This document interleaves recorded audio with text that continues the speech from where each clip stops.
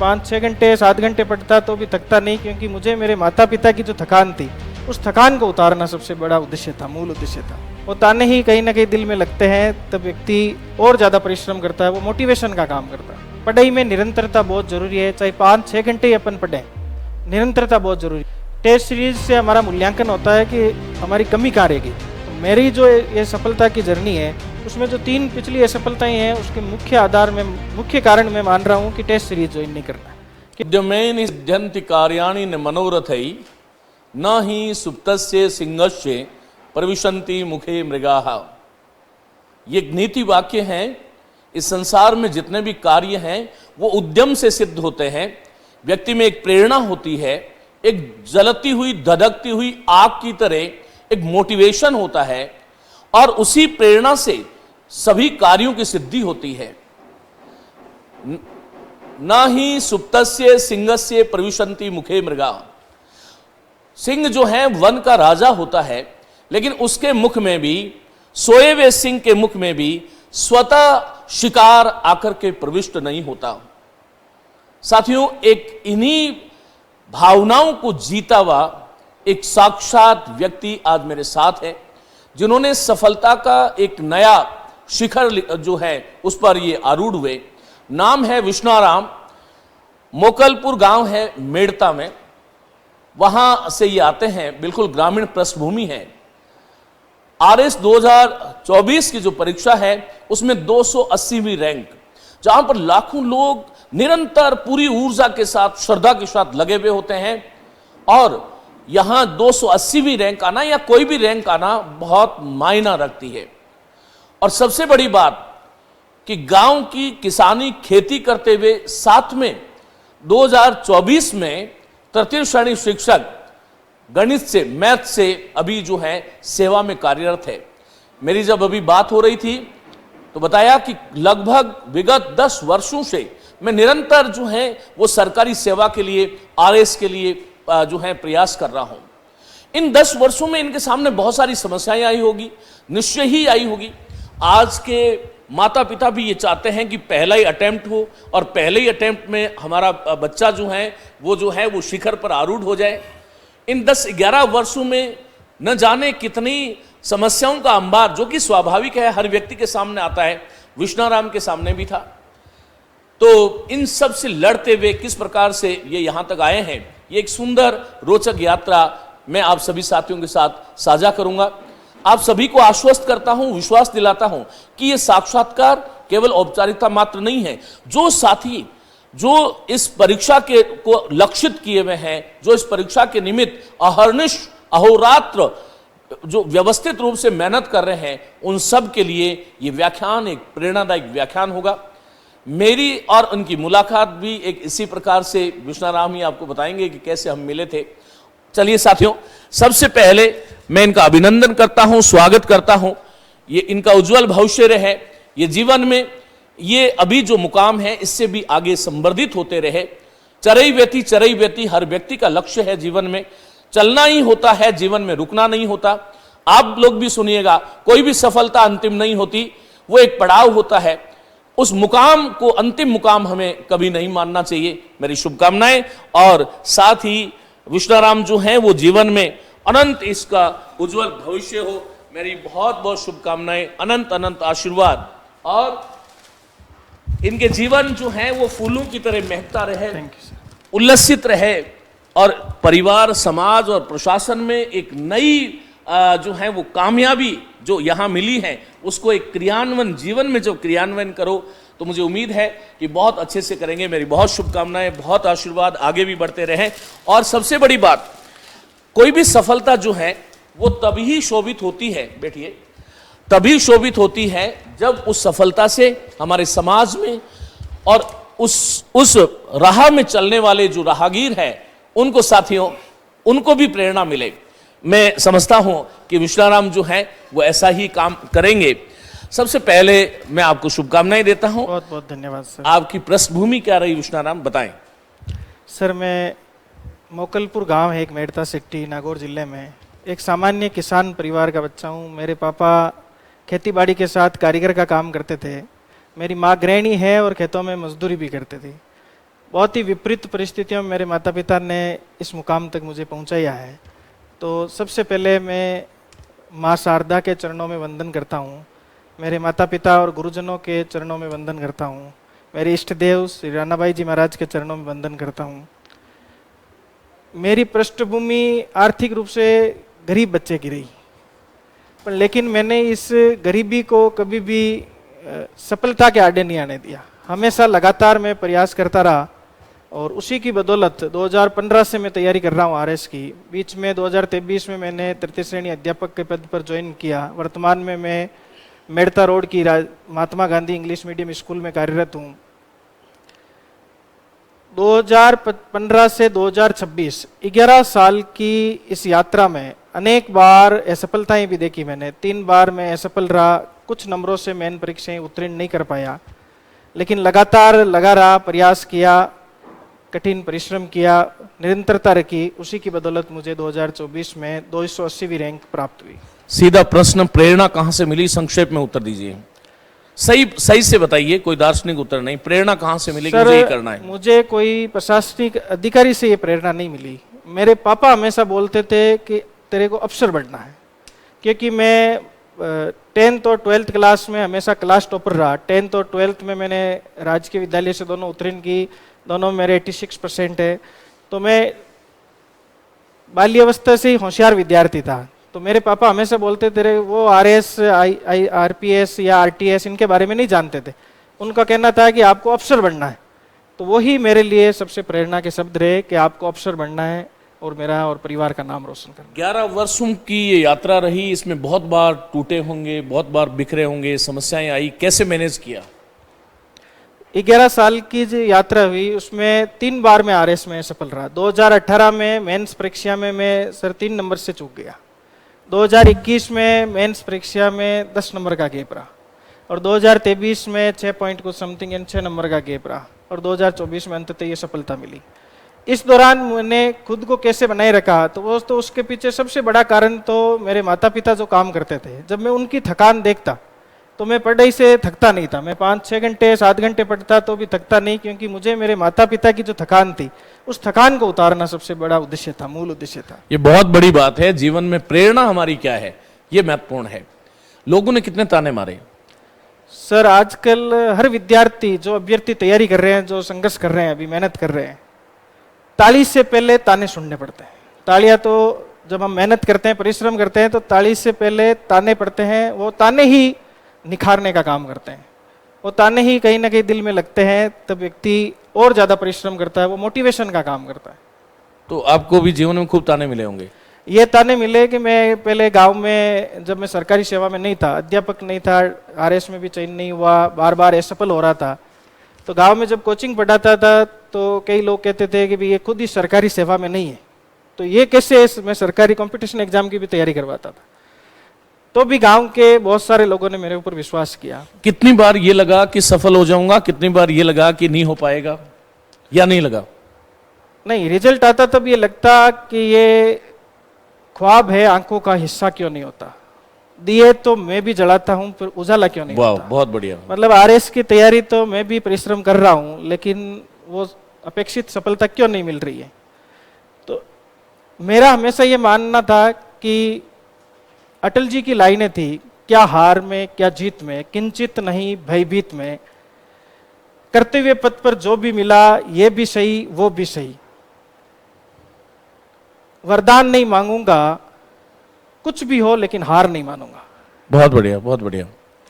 चलिए कुछ प्रश्न जो हैं वो मैं आपसे पूछना चाहूंगा। असफलता जब बहुत बार बार मिलती है, व्यक्ति टूटता है, फिर निखरता है, फिर उठता है, फिर अपने आप से संकल्प लेता है। ऐसे में कोई ना कोई एक प्रकाश स्तंभ होता है, कोई विचार हो, कोई व्यक्ति हो, कोई प्रेरणा हो। तो ऐसा जीवित या पूर्व या कोई वैचारिक रूप से कोई विचार प्रधान व्यक्ति कौन आपको इस पूरी धरा पर, मैं कह रहा हूं जो आपके जीवन में, किसी शिक्षक की बात नहीं कर रहा, जिससे आप हमेशा मोटिवेट रहे हैं उनके विचारों से, कौन है वो?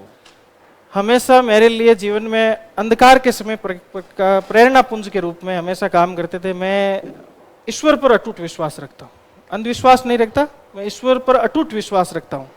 तो रानाबाई जी महाराज और सुख सारण जी महाराज हमेशा मेरे लिए मोटिवेशन का पॉजिटिव ऑरा मेरे आसपास क्रिएट। ये प्रश्न मैंने इसलिए पूछा है कि जीवन में जब भी हम टूटते हैं ना, जब भी हम बिखर जाते हैं, जब कोई जीवन में नहीं होता, तब हमारी चेतना, हमारे चैतन्य में कोई ना कोई ऐसी एक ओजस्विता जरूर से प्रकट होती है। हम उनके सामने वैचारिक रूप से या किसी रूप से नतमस्तक हो जाते हैं और वो प्रेरणा हमें मिल जाती है। बहुत शुभकामनाएं, आप बहुत अच्छा जो है उत्तर दे रहे हैं।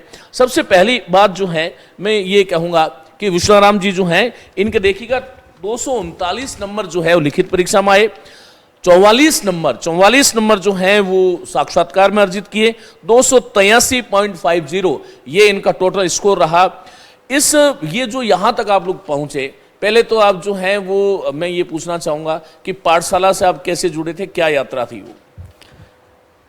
मैं KR मैया सर से अजमेर में चुनाव की ड्यूटी के दौरान इनसे मुलाकात हुई। मैं पहले यूट्यूब पर रीट के दौरान व्याकरण की इन कला से देखता था और एक व्याकरण माला किताब आती है, वो किताब का अध्ययन भी किया।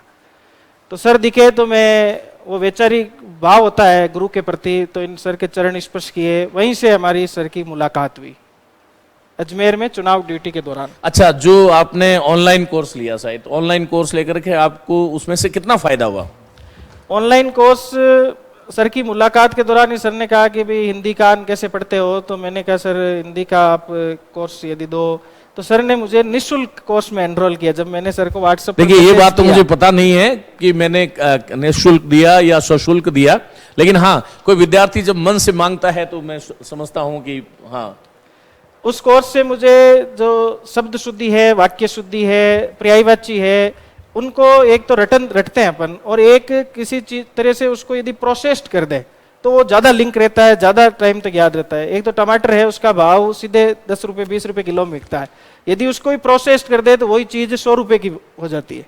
प्रोसेस्ड चीज 1 किलो टमाटर सॉस का 100 रुपए लगता है।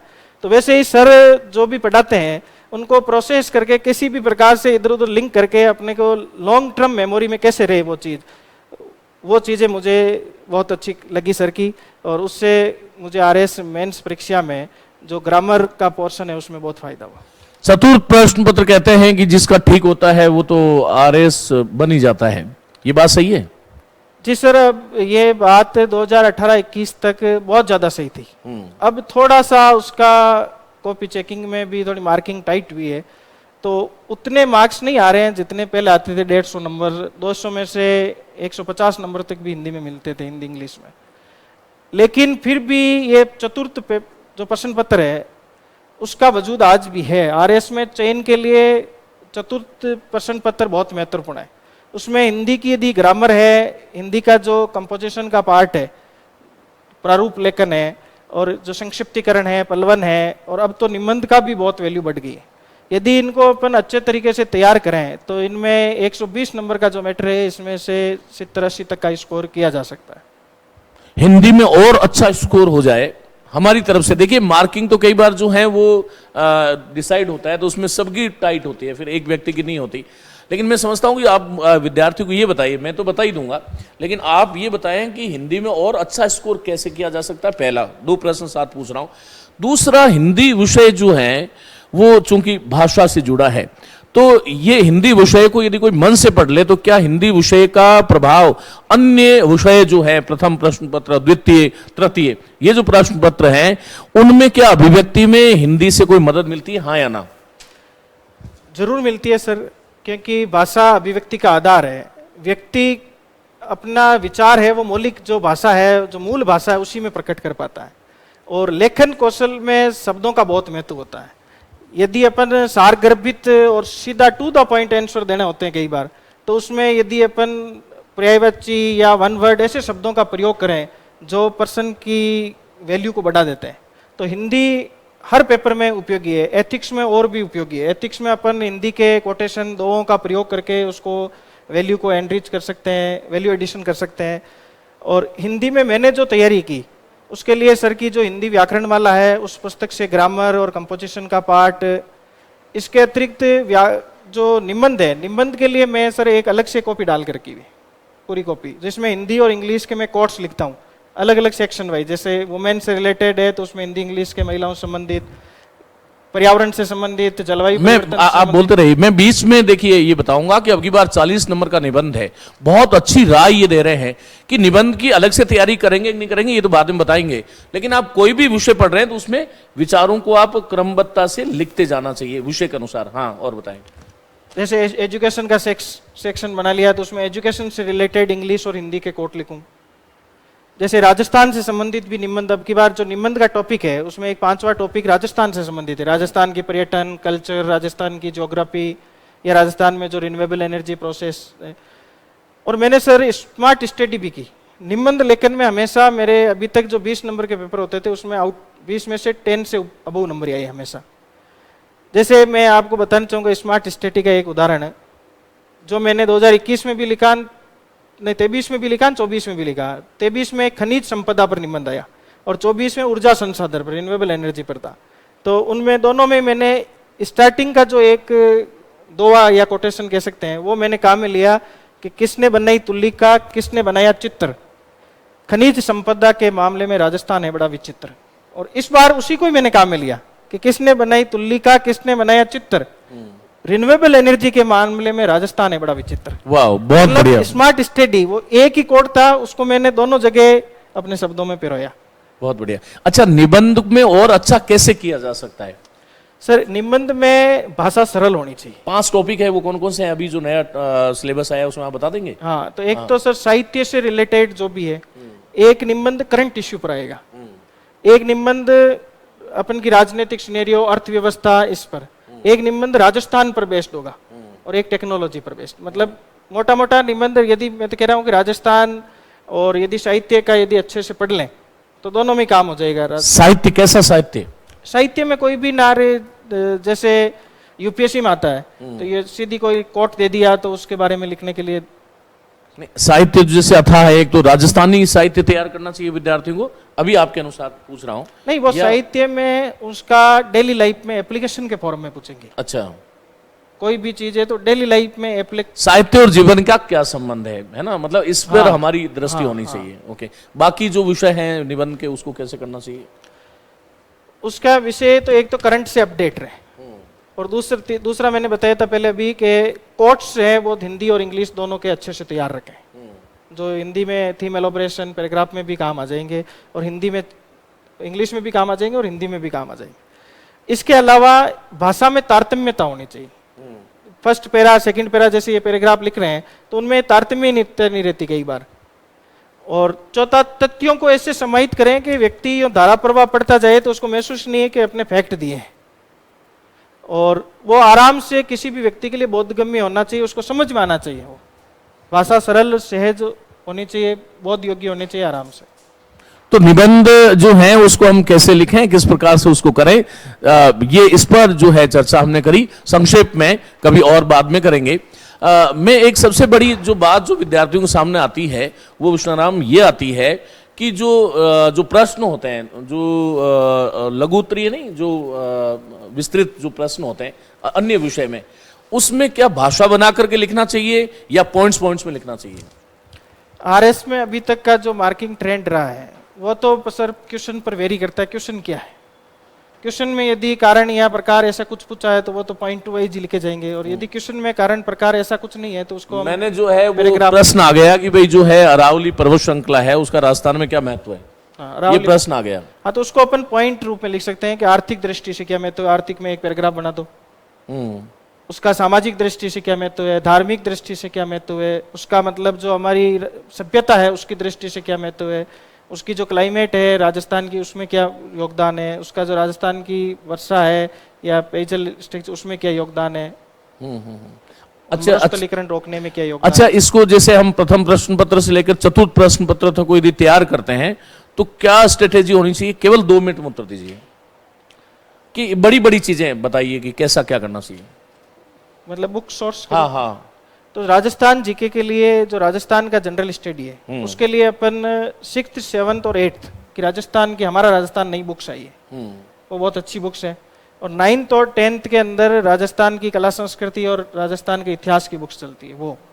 इसके अलावा आप कोई भी कोचिंग के नोट्स ले सकते हैं, स्प्रिंग बोर्ड, कलाम, सम्यक, कोई भी कोचिंग के आप नोट्स साथ में ले सकते हैं। उससे क्या होगा कि जो अपन के सिलेबस में उनमें नहीं मिल रहा है राजस्थान बोर्ड की किताब में, वो यहाँ मिल जाएगा।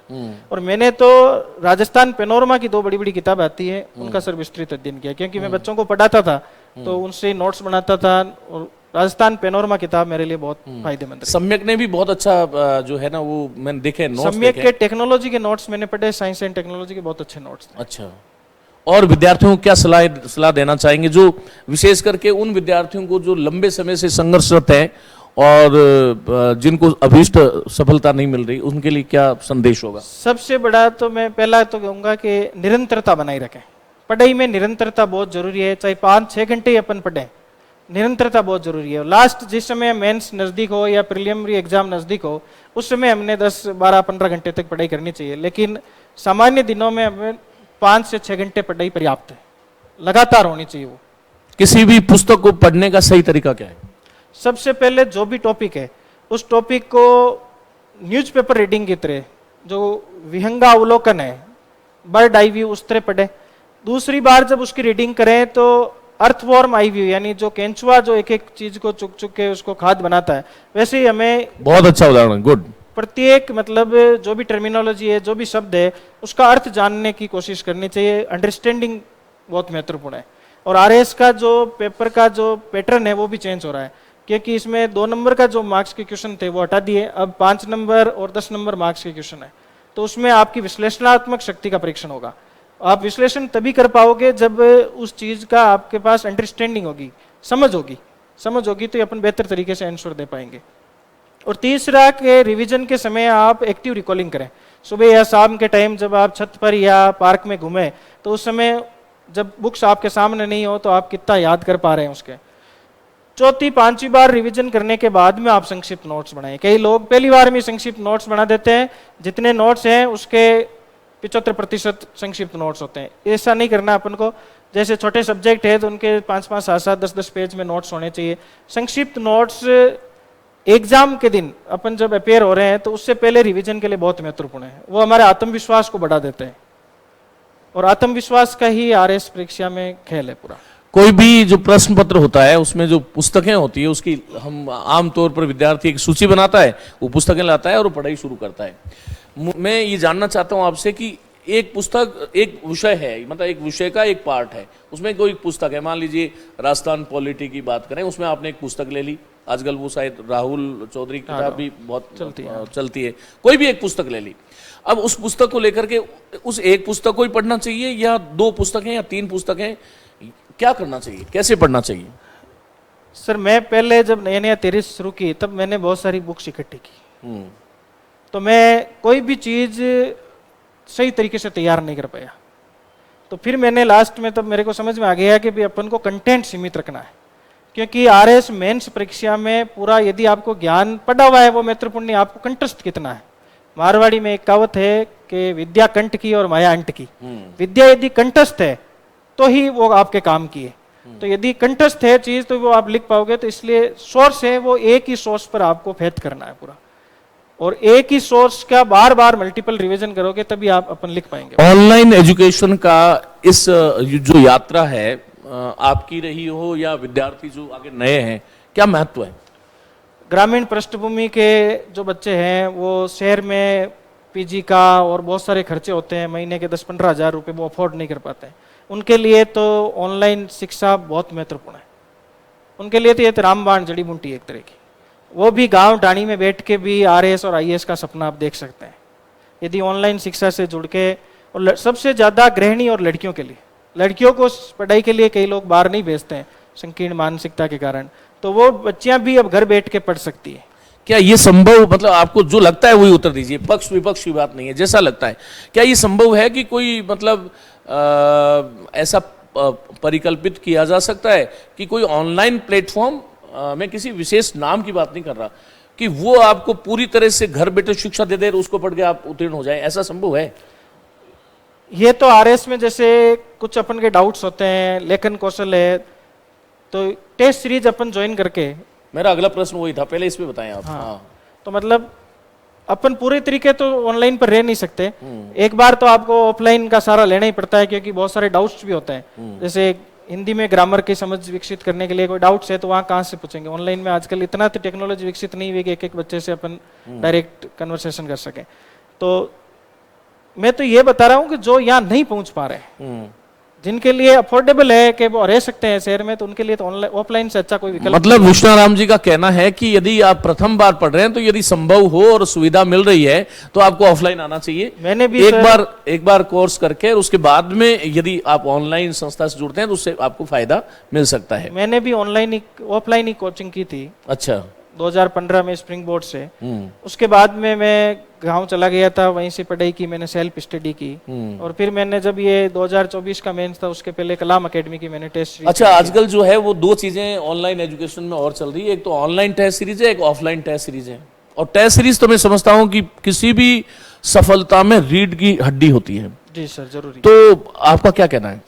टेस्ट सीरीज से हमारा मूल्यांकन होता है कि हमारी कमी कहाँ रहेगी। तो मेरी जो ये सफलता की जर्नी है उसमें जो 3 पिछली असफलताएं हैं उसके मुख्य कारण मैं मान रहा हूँ कि टेस्ट सीरीज ज्वाइन नहीं करना, क्योंकि ये बहुत बेहतरीन आपके लिए हो सकता है। मैंने 2024 में पहली बार ही टेस्ट लिखे थे। तो टेस्ट लिखने से एक तो आपकी जो राइटिंग स्पीड है वो बढ़ती है, क्योंकि आरएस के पेपर को 3 घंटे में अटेम्प्ट करना ही चुनौतीपूर्ण होता है।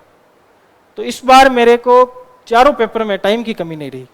चौथा पेपर हिंदी इंग्लिश तो मैं 5 मिनट पहले ही करके बैठ गया। आप वहां उस परीक्षा कक्ष में जाने से पहले शायद 10, 20, 50 बार परीक्षा कक्ष में जा चुके थे वैचारिक रूप से, जो टेस्ट सीरीज आप दे रहे थे उसके माध्यम से। अच्छा, मैंने हिंदी में अभी ऑफलाइन जो है वो बेस भी शुरू किया, ऑनलाइन भी किया। और ऑनलाइन मोड पर बच्चों की एक डिमांड थी कि टेस्ट सीरीज, हमें हिंदी की टेस्ट सीरीज उपलब्ध कराओ, जो कि हर संस्थान जो भी होता है वो कराता है। तो क्या ये ऑनलाइन टेस्ट सीरीज जो है, मैं ऑनलाइन की बात कर रहा हूँ, ऑफलाइन की बात नहीं कर रहा, ऑफलाइन तो चलेगी अलग। ऑनलाइन जो टेस्ट सीरीज है वो विद्यार्थी देख करके और कॉपियां चेक करके और ये जो प्रोसीजर जो भी होता है, ये क्या इससे फायदा हो सकता है या ऑनलाइन नहीं देना चाहिए? मैंने तो जो ये टेस्ट सीरीज दी वो ऑफलाइन आकर दी थी जयपुर। मैं तो 3 महीने तो अप डाउन किया और 2 महीने यहीं पर लास्ट में एग्जाम के समय रहा। ऑनलाइन उसके लिए है जो सर्विस के अंदर है या जो गृहिणी नहीं आ पा रही है कोई कारणवश, वो आप ऑनलाइन, मतलब भाई एक तो वंचित रहे मूल्यांकन से, उससे बेहतर तो ऑनलाइन देकर भी। आगे क्या करना चाहते हो? यहाँ तक पहुंच गए। मैं पुनः आरएस 2026 की तैयारी में लग गया। तो आपको बहुत शुभकामनाएं कि बिल्कुल जो है वो रैंक 1 नंबर पे आए। अभी दिनेश जी बिश्नोई के बारे में आपने सुना होगा, उन्होंने बहुत जगह से बोला भी है, मैया पाठशाला से वो संबद्ध रहे। बहुत सारे विद्यार्थी और भी हैं, जैसे से जो है अवसर मिलेगा और समय होगा मैं आप तक पहुंचाता रहूंगा। नए जो विद्यार्थी उनको क्या संदेश देना चाहेंगे? सबसे पहला तो संदेश मैंने बताया, निरंतरता, पढ़ाई में निरंतरता बहुत महत्वपूर्ण है। दूसरा हार्डवर्क, आजकल के बच्चे हार्डवर्क 4-5 घंटे, ये निरंतरता भी हर कोई बताता है, हार्डवर्क भी बताता है, ये सब बताता है, एक लक्ष्य पे टिके रहो, कुछ अलग बात बताओ। सबसे महत्वपूर्ण, आज के युवा दिशा भटक रहे हैं। गति से महत्वपूर्ण है दिशा, आप किस डायरेक्शन में जा रहे हो, यह गति से महत्वपूर्ण है दिशा। क्योंकि आजकल अपन देखते हैं 95 से अबव के बच्चे साइबर फ्रॉड में, ऑनलाइन गैमलिंग में और नशे ड्रग्स के चपेट में हैं। होशियार बहुत है लेकिन दिशा गलत होगी। तो ये कोचिंग संस्थान है, ये गुरुजनों का जो सानिध्य है वो सही दिशा देता है। तो एक सही दिशा पे चलते रहे। सोशल मीडिया बहुत ज्यादा है, हर व्यक्ति के पास में है। मैं भी उसे अछूता नहीं हूं, मैं भी तो कभी कभी हाथ आजमा लेता हूं, रील देख लेता हूं। इससे कैसे बच सकते हैं? हालांकि चलो अनुशासित व्यक्ति जो है वो अपने समय का यूज कर लेता है, एक बार देख लिया 10 बार नहीं देखेगा, उसको कैसे मैनेज करें? सोशल मीडिया का उपयोग को अपन लिमिटेड कर सकते हैं। पूर्णतः तो आज के इस युग में अछूता रहना सही नहीं है। अपन लिमिटेड के भाई रोजाना के मैं 30 मिनट सोशल मीडिया चलाऊंगा, तो लिमिटेड करके अपन इससे। कुछ लोग बिल्कुल भूमिगत हो जाते हैं, तैयारी कर रहा हूं या तैयारी कर रही हूं, किसी से मिलना नहीं, कितना सही मानते हैं आप? मैं तो सर ऐसा नहीं रहा, मैं तो बहुत ही सामाजिक आदमी हूँ। मैं तो हर आदमी से मिलता हूँ, जुलता हूँ, हर सामाजिक कार्यक्रम को अटेंड भी करता हूँ। सोशल मीडिया भी बहुत ही विनम्र है, ये बात तो सही है। मैं जीवन में शायद साक्षात दूसरी बार मिल रहा हूँ, ये तो मेरे से मिलते होंगे। तो जब एक सर मैं कुछ लाइनें बोलना चाहूंगा। जो मेरी असफलता रही तो उसमें मैंने हमेशा ये रखा कि मेरे अंदर का जो अधिकारी है वो अभी जिंदा है। मतलब मैं ऐसा नहीं माना कि असफल होने के बाद में भी, कि लाखों बार गगरिया पुटी, शिकन ने आई पनघट पर, लाखों बार कश्तियां डूबी, फिर भी चेल पेल है तट पर। तम की उम्र बढ़ाने वालों, लोक की आयु घटाने वालों, लाख करे पतझड़ कोशिश, उपवन नहीं मरा करता, उपवन नहीं मरा करता। वाह वाह, बहुत बहुत बहुत अच्छा। कुछ और प्रेरणादायक पंक्तियां हो तो सुनाइए ना, आप बहुत अच्छा सुनाते हैं। वो असफलता के लिए मैं हरिवंश राय बच्चन जी की पंक्तियां गुनगुनाता हूं कि असफलता एक चुनौती है, इसे स्वीकार करो, क्या कमी रह गई देखो और सुधार करो, जब तक ना सफल हो नींद चैन को त्यागो तुम, संघर्ष का मैदान छोड़कर मत भागो तुम, कुछ किए बिना ही जय जयकार नहीं होती, कोशिश करने वालों की कभी हार नहीं होती। बहुत बढ़िया। हॉबी क्या है? हॉबी तो सर मैं न्यूज़पेपर में जो पाठक पीठ होते हैं ना, आर्टिकल, ये लिखता हूँ मैं, रिलेटेड टू एडिट। संगीत सुनते हो? संगीत में राजस्थानी भजन सुनता हूँ। किसके भजन सुनते हो? सुखदेव जी महाराज के और भजन सुनता हूँ। कोई एक भजन बता सकते हैं? हाँ, अभी तो वैसे ही रिकॉल नहीं कर पा रहा हूँ, पर बाकी मैं भजन सुनता भी हूँ। राजस्थानी भजन, मतलब संतों के भजन सुनना आपको पसंद है? फिल्मी गाने देखते हैं? फिल्मी गाने तो कोई आगे आ जाता है सुन लेता, बाकी चला के मैं नहीं सुनता हूँ। अच्छा, आपको कोई कह दे कि आपके पास फ्री समय है अभी जो है वो 4 घंटे, आप क्या, और आपके पास सब कुछ है, सारी सुविधाएं हैं, क्या क्या करना पसंद करोगे? तो मैं तो बैठा बैठा कुछ ना कुछ लिखना पसंद करूंगा। मैं तो कह रहा हूँ ये हॉबी, आरएस की तैयारी कर रहे हो तो आप रोजाना 1-2 क्वेश्चन पर लिखो। इसके अलावा जो भी सोशल इश्यू है उस पर लिख के आप राजस्थान पत्रिका, दैनिक भास्कर, दैनिक जागरण को आप लेटेड टू एडिटर कीजिए। और मेरे तो आज से पहले 100 से ज्यादा बार सर राजस्थान पत्रिका, भास्कर और जागरण में छपे। बहुत बढ़िया, ये बहुत अच्छी बात है। जब मिले थे तब भी मैंने विष्णुराम जी को कहा कि आप प्रशासनिक अधिकारी से ज्यादा एक शिक्षक लगते हैं। सुबह पढ़ते थे, रात में? मैं सर रात में पढ़ता। मेरे मतलब वो तो हर अभ्यर्थी पर वेरी करता है, कोई सुबह जल्दी उठ के पढ़ने पसंद करता है, मेरा है तो वो शाम को लेट नाइट तक पढ़ता। मैं स्कूल का टाइम के साथ भी ये मैनेज करता। स्कूल जाने के बाद में आकर मैं नींद ले लेता था दिन में ही, और फिर रात में मैं 2 बजे तक पढ़ लेता, और फिर वो सुबह स्कूल। दिन में सो जाते थे, फिर रात में पढ़ता था। तो ये कहते हैं कि ब्रह्म मुहूर्त में उठ करके पढ़ने से ज्यादा याद होता है। वो तो हर व्यक्ति के मतलब शारीरिक बायोलॉजिकल जो क्लॉक है वो सेट हो जाती है उस अनुसार, तो वो हर व्यक्ति पर्सन टू पर्सन वेरी। जब आप बिल्कुल के अब पढ़ने का मन नहीं है तब भी पढ़ना है, तब कौन सा विषय पढ़ते थे? पढ़ने का मन नहीं है ऐसा तो नहीं हुआ सामान्यतः, क्योंकि घर की परिस्थितियां और बहुत सारी चीजें मुझे हमेशा मोटिवेट रखती थी, और लोगों के ताने, समाज में बहुत विपरीत परिस्थितियां देख के यहाँ तक पहुंचा हूं मैं समझ सकता हूं कि एक गांव का व्यक्ति जो निरंतर मेहनत करता है सर, वो उसके जीवन में बहुत सारी असफलताएं होती है, चुनौतियां होती है, लेकिन उनको अवसर में बदलना जो है, कोई विष्णुराम से सीखे। बताएं क्या कहना चाहते हैं? कई लोग कहते हैं सर कि जब सिलेक्शन नहीं होता था तो ये बोलते थे कि आपके किस्मत में आरएस बनना नहीं लिखा हुआ है। तो मैं रामधारी सिंह दिनकर जी की कुछ लाइनें हैं, बताइए। कि प्रकृति नहीं डरकर झुकती भाग्य बल से, वो सदैव हारती है मनुष्य के श्रम और उद्यम बल से। मतलब आदमी जो परिश्रम करता है उससे नारे नीति हारती है, उससे भाग्य बदलता है, और भाग्य को कोसने वाले को कुछ नहीं मिलता, और जो मेहनत करता है वो भाग्य को बदल देता है। सटीक उत्तर दीजिए, आपको क्या लगता है भाग्य है नहीं है? मैं तो इसमें विश्वास नहीं करता हूँ। मेहनत है, कर्म, ईश्वर ने भी कर्म की अंगुलियां, कर्म प्रधान विश्व रचि राखा, जो जस करहि तस फल चाखा। तो भाग्य की लकीरों से ईश्वर ने कर्म की अंगुली आगे दी है सर। ये बहुत बड़ी बात है। ये बात देखिए मैंने आज तक जिंदगी में नहीं सुनी जो विष्णुराम बता रहे हैं। सुनी का मतलब अनुभूत है, हो गई कि जो भाग्य की लकीरें हैं उसके आगे अंगुलियां हैं, जो कर्म की वाहिकाएं हैं।